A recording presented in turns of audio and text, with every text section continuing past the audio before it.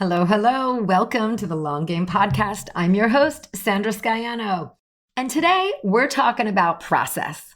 Everything needs a process. We talk a lot about process or systems here, and it's because your processes really are the backbone of your business. Having them allows you to offer up the best experiences to your customers, keep your business organized, and free up your time.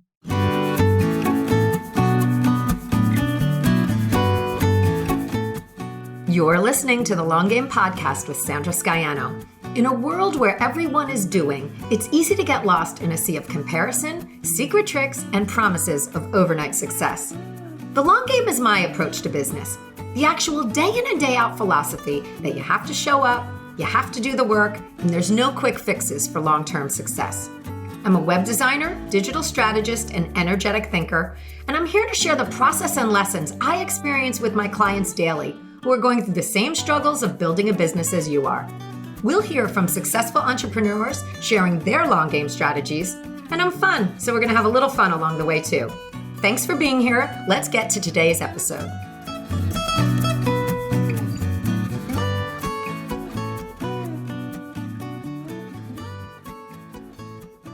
I was on a call this week with my dear friend Krista Smith, and you can hear our interview together back in episode 16. Where we got into the topic of process. And really, everything is a process. I mean, think about it. Your morning routine is a process for starting your day. You know, how you organize your computer files is a process, no matter how much love that process needs. And the work you do with your clients is a process. You know, you're starting at one point and ending at another. And processes in general are always evolving, or they should be. You know, there's an ability to refine a process and to do better next time. And that's why I love that concept. You're able to go forward and then review and then make it better. This is a learning that I've taken away from my corporate days when I worked at an agency where we created live event experiences for our corporate clients. You know, we executed big productions. Some of them were just one night, and some would last a week or longer. And we were producing events for these clients. And at the end of each, we would always do a wrap meeting. And this is where the whole team would come together and talk about what went well, what we could improve upon, all of that good stuff. So we took notes that we could apply to the next event. You know, key takeaways of the customer experience, as well as our experience as a team producing the event. You know, because you could really deliver and produce the most amazing event to the outside world. But if it killed your entire team to execute, you know, then there's definitely room for improvement. And I do love to note that processes in terms of your business aren't just about what's good for your customer. It's also about what's good for you. Every client experience is an opportunity to hone in on your process. You know, what went well? Expand on that idea. What needs improvement? You know, implement that for the next round. And here's the thing about processes. They work until they don't work anymore. And things can happen that can force an update to a process. And this is good. You know, take the experiences that you have in your business and have them shore up all of your processes. You know, that key takeaway, it may be able to be applied to other areas of your business as well.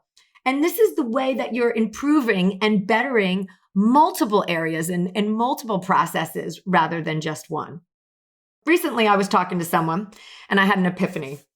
If I took the inspiration from that conversation on surface level, I would have refined a process in one area of my business. But as I thought about it more, this process update could actually apply to a few different areas of my business. And the experience got me thinking about how concepts are sometimes threads that are woven through to the other parts of our businesses.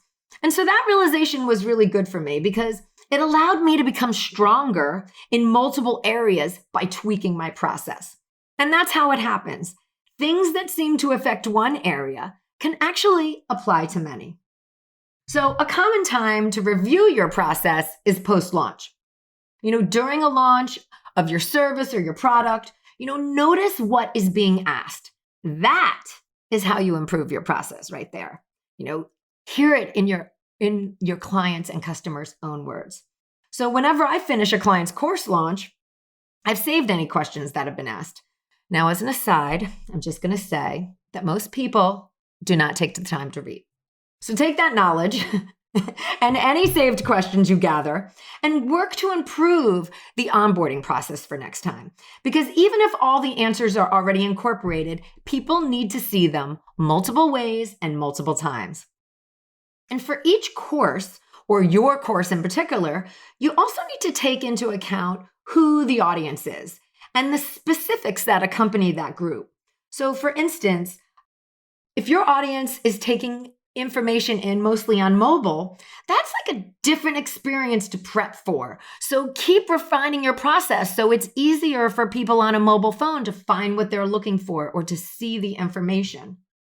The post-launch download is really one of my favorites. It's a huge perspective.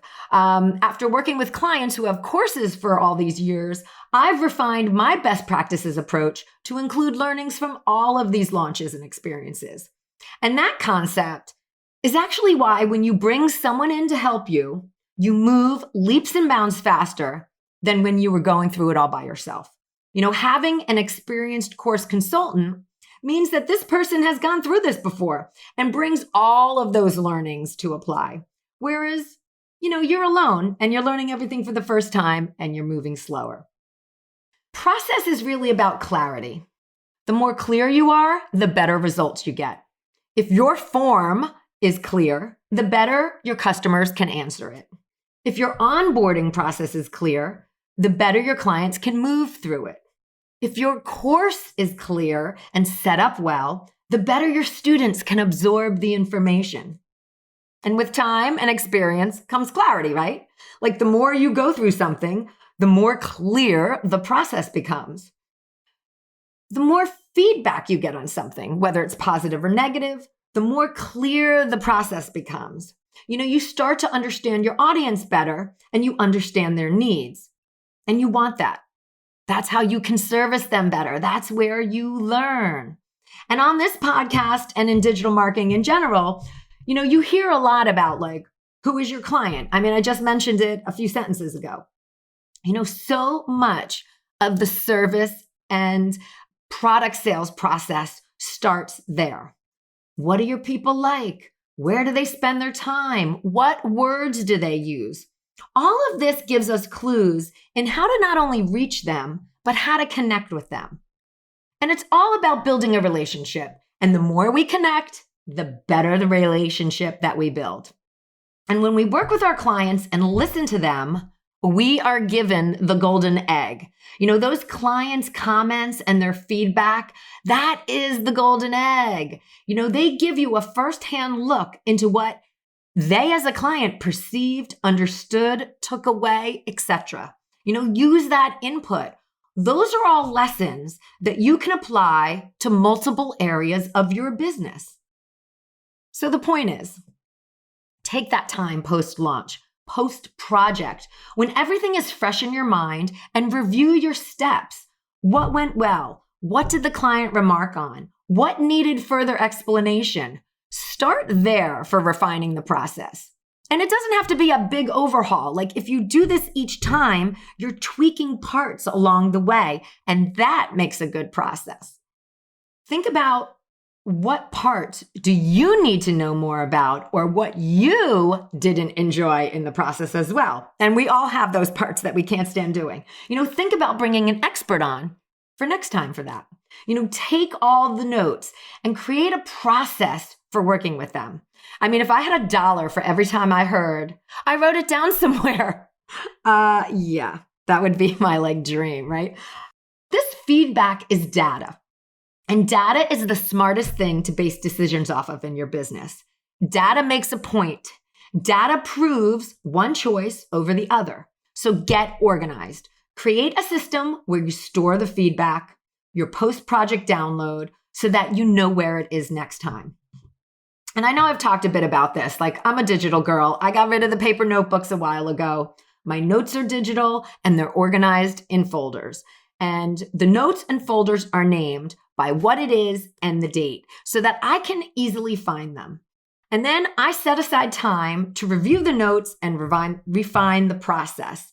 And the process itself also lives in an accessible place. For me, that's Trello. So I can locate it when the time comes around next time. It's all about being able to access all of the good data that you have put together. And you can really set up any process you want. It doesn't have to be fancy. And I will tell you that much of my day-to-day work is just a system of notes and folders properly named so that I can locate them when I need them. And believe me, you're going to want to refine whatever process you create for organization as you go as well. So just get started with what you think is going to work. And then when it becomes too big, too confusing, etc., rework it. So back to that call I was on.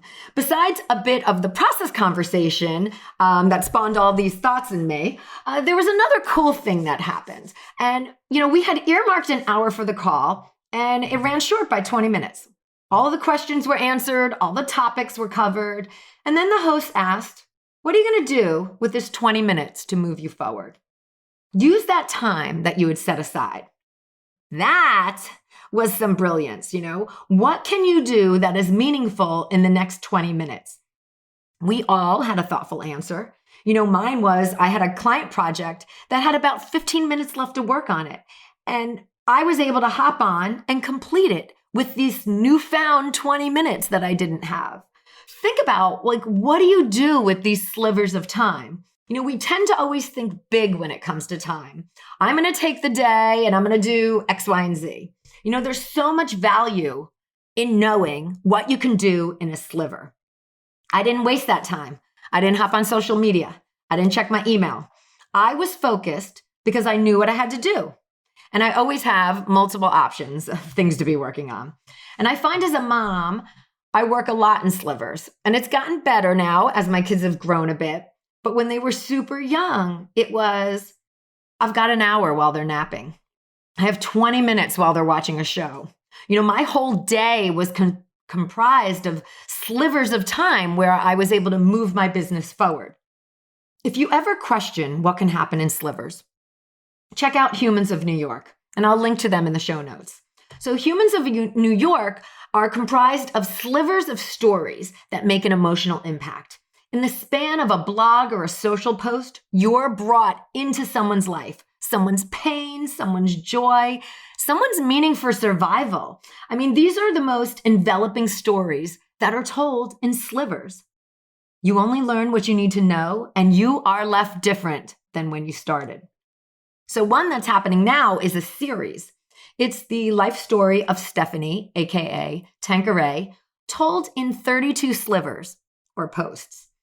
And it's amazing how much visually and emotionally is packed into each segment. And to confirm how much impact a sliver can have, a trust was set up for Stephanie by Humans of New York to help with her medical bills, as she's now 76 years old. And as of this week, $2.65 million has been donated. That is the impact of slivers. Her story, her life story, she shared in 32 posts. So start here today. Make a list of all your tasks. You can compartmentalize them into bite-sized chunks, and you can always do more than one task if you have a chunk of time. But we tend to have projects where we give ourselves one line item as a to-do. And when a to-do is so big, it doesn't fit into slivers. It's too big, and then you slow your progress because you waste that time. And I still block out certain days where I set aside 6 hours to work uninterrupted, and I get a lot done. But having my list broken down allows for these times that are slivers not to be wasted. The 45 minutes that I'm waiting for my daughter while she's in dance class. The 20 found minutes because a call ended earlier. The 5 minutes I spend organizing my files into proper folders. That's some 5 minutes of found time. It's all part of the process. So if today's episode resonated with you, share it with someone else. Spreading the love is a meaningful way to show your people that you want them to grow. All right, I'll see you next week, everyone. Bye. Thanks for joining me today. You can access more info in the show notes at thelonggamepodcast.net. If today's show connected with you in some way, please share it with your friends or hop on iTunes and leave me a review. Until next time, keep playing the long game.